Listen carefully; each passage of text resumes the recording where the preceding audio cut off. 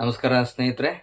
ಇಂದಿನ ವಿಡಿಯೋದಲ್ಲಿ ಕನ್ನಡದ ಇಬ್ಬರು ದಿಗ್ಗಜ ಚಿತ್ರನಟರಾದಂಥ ಒಬ್ಬರು ಹಾಸ್ಯನಟ ಹಿರಿಯ ಕಲಾವಿದರಾದ ದಿವಂಗತ ಧೀರೇಂದ್ರ ಗೋಪಾಲ್ ಸರ್ ಅವರು ಹಾಗೂ ಇನ್ನೊಬ್ಬರು ಕನ್ನಡದ ಕನ್ನಡದ ಟೈಗರ್ ಎಂದೇ ಪ್ರಸಿದ್ಧರಾಗಿರುವಂಥ ಪ್ರಭಾಕರ್ ಸರ್ ಇಬ್ಬರ ಒಂದು ಧ್ವನಿಯನ್ನು ಒಂದೇ ವಿಡಿಯೋದಲ್ಲಿ ತರಲಿಕ್ಕೆ ಪ್ರಯತ್ನ ಮಾಡ್ತಾ ಇದ್ದೀನಿ. ಹೇಗೆ ಬಂದಿದೆ ಅಂತ ಪ್ರತಿಕ್ರಿಯೆ ನೀಡಿ ಅಂತ ಹೇಳ್ತಾ, ನಮಸ್ಕಾರ ಶಿವನೇ ಶಂಭುಲಿಂಗ.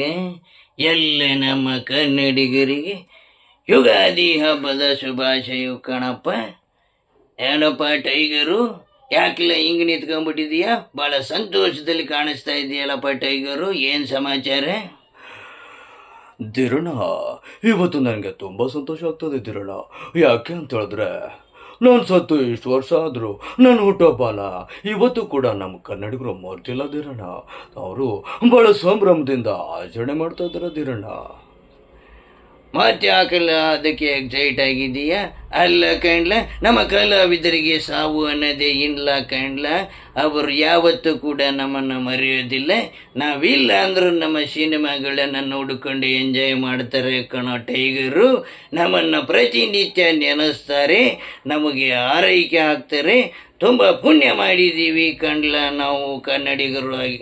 ಕರ್ನಾಟಕದಲ್ಲಿ ಚಿತ್ರನಟರಾಗಿ ಹುಟ್ಟಿದ್ದಕ್ಕೆ ನಮ್ಮ ಜೀವನ ಸಾರ್ಥಕ ಕಣ್ಲೆ ಟೈಗರು. ಈ ಸಂದರ್ಭದಾಗಿ ಮತ್ತೆ ನೀನು ಹೇಳ್ತೀಯಪ್ಪ ಟೈಗರು?